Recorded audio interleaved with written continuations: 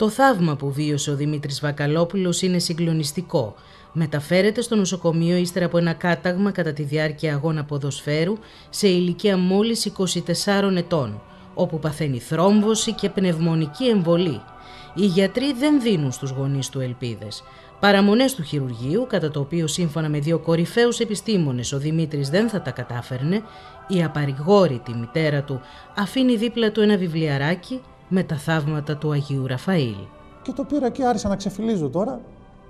Και εκεί το βιβλιαράκι έλεγε πώς ανακαλύφθηκαν τα οστά του Αγίου Ραφαήλ στη Μυτιλήνη. Και εμένα μ' άρεσε και ξεφύλιζα. Μετά άρχισε τα θαύματα και Άγιε Ραφαήλου, άμα υπάρχεις έλα και σε μένα να με κάνεις καλά, τώρα ταλαιπωρούμε. Έσβησε τα φώτα για να κοιμηθώ. Έκλεισα και εγώ τα μάτια μου.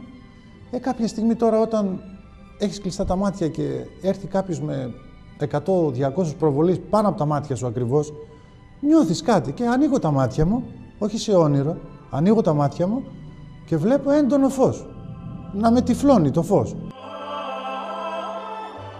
Και έβαλα το χέρι μου συγκεκριμένα έτσι και λέω αδερφή πάρε αυτό το φως, λέω, τι με το έφερες μπροστά στα μάτια μου.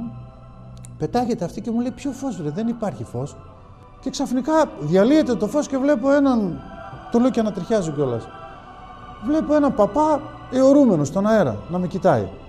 Με μόβρα άσα όμως, όχι μαύρα όπως βλέπουμε τους παπάδες, μόβρα άσα, τα χέρια του έτσι και με κοιτάει. Εγώ έμεινα κάγκελο, δεν είναι πρώτη φορά τέτοια πράγματα, ας πούμε, και λέω την προϊσταμένη, αυτός ποιος είναι ο παπάς, λέω εδώ πέρα, πώς ήρθε, γιατί είναι στον αέρα. Μου λέει Δημήτρη, είσαι καλά, αγόρι μου, δεν υπάρχει κανένας. Πώς δεν υπάρχει, και αυτός, ολοζώντανος, άμα έκανα έτσι το χέρι μου, δηλαδή θα τον έπιανα. Και με κοιτάει και λέω, ποιος είσαι ρε πάτερ, πώς ήρθες εδώ μέσα. Και λέει, εσύ με φώναξες να έρθω. Και μέσα στις σκέψεις μου και ήταν δεν ήταν, ξαναεμφανίζεται. Δεύτερη φορά πάλι στο ίδιο σημείο, στον αέρα πάλι, και έχει πιο βλοσίρο το βλέμμα του και λέει, αμφιβάλλεις ότι εγώ υπάρχω και μπορώ να σε κάνω καλά. Φοβήθηκα, τρομοκρατήθηκα. Πάτερ, είπες να σε πιστέψω. Ποιος είσαι να σε πιστέψω? Και μου λέει, το όνομά μου είναι Ραφαήλ και ήρθα να σε κάνω καλά. Αυτό ήταν, εγώ έπαθα σοκ. Και λέω πάλι, ο άπιστος και συνεχίζω. Λέω, έλα λίγο να σε πιάσω λίγο, γιατί είσαι απομακρυσμένος. Έλα να σε πιάσω λίγο, λέω, για να σε πιστέψω. Είδες, μου λέει, που δεν πιστεύεις καθόλου. Λέω. Εγώ χαμήλωσα έτσι τα μάτια και βλέπω ότι κατεβαίνει από τον αέρα και με κατεύθυνση προς τα μένα. Τι είπε σε μένα, τη λέω την προϊσταμένη, έλα λίγο. Έρχεται αυτή και την παίρνω και τη βάζω έτσι μπροστά και λέω, έρχεται ο παπάς, έρχεται. Και την έβαλα μπροστά μου να με φυλάξει από τι, λέω, θα με επιπλήξει που δεν πιστεύω, που δεν κάνω. Και περνάει από μέσα της, μέσα από το σώμα, και έρχεται φάτσα κάρτα εδώ μπροστά μου. Εγώ ούτε μιλούσα ούτε λαλούσα, είχα πάθει σοκ. Και απλώνει με το δεξί το χέρι έτσι όπως με κοίταζε εμένα και εγώ ήμουνα στο κρεβάτι της εντατικής, απλώνει το χέρι και το βάζει εδώ. Άρχισα να πηγαίνω έρχομαι πάνω κάτω χωρίς σταματημό για 10 δευτερόλεπτα, όσο είχε το χέρι του εδώ πέρα στα πνευμόνια μου, 15 δευτερόλεπτα. Το πήρε και μου λέει, πίστεψες τώρα?